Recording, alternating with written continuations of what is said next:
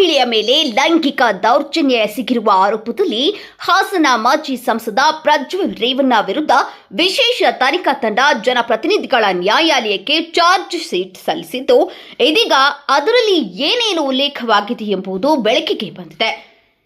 ಸುಮಾರು 1632 ಪುಟಗಳ ಚಾರ್ಜ್ ಶೀಟ್ನಲ್ಲಿ 113 ಸಾಕ್ಷಿಗಳನ್ನು ಎಸ್ಐಟಿ ಉಲ್ಲೇಖಿಸಿದೆ.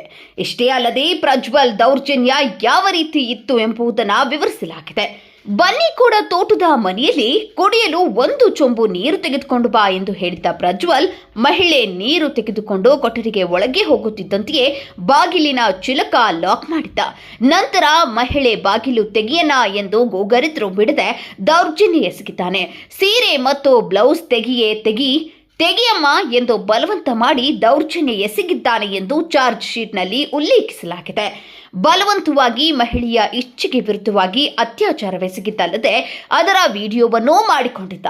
ಇದಾದ ಬಳಿಕ ಬಸವನಗುಡಿಯ ಮನೆ ಕ್ಲೀನ್ಗೆ ಬಂದಾಗ ಸಹ ಇದೇ ರೀತಿಯ ವರ್ತನೆ ತೋರಿದ್ದ.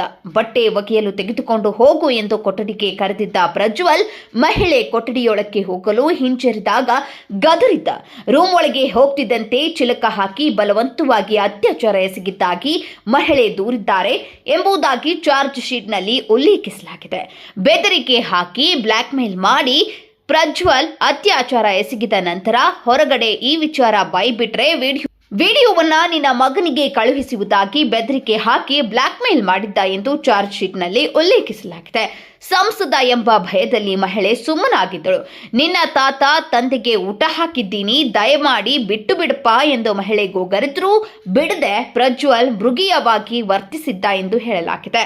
ಪ್ರಜ್ವಲ್ಗೆ ಸಂಕಷ್ಟ ತಂದೊಡ್ಡಲಿದೆ ಸಂತ್ರಸ್ತೆಯರ ಸೀರೆ.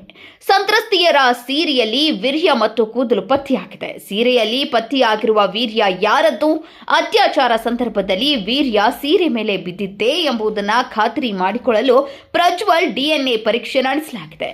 ಎಫ್ಎಸ್ಎಲ್ನಿಂದ ಡಿಎನ್ಎ ವರದಿಗಾಗಿ ಕಾಯಲಾಗ್ತಿದೆ. ಸೀರೆ ಮೇಲೆ ಪತ್ತೆಯಾಗಿರುವ ವೀರ್ಯ ಪ್ರಜ್ವಲ್ಗೆ ಮ್ಯಾಚ್ ಆದರೆ ಸಂಕಷ್ಟ ಕಟ್ಟಿಟ್ಟ ಬುತ್ತಿ ಎನ್ನಲಾಗಿದೆ.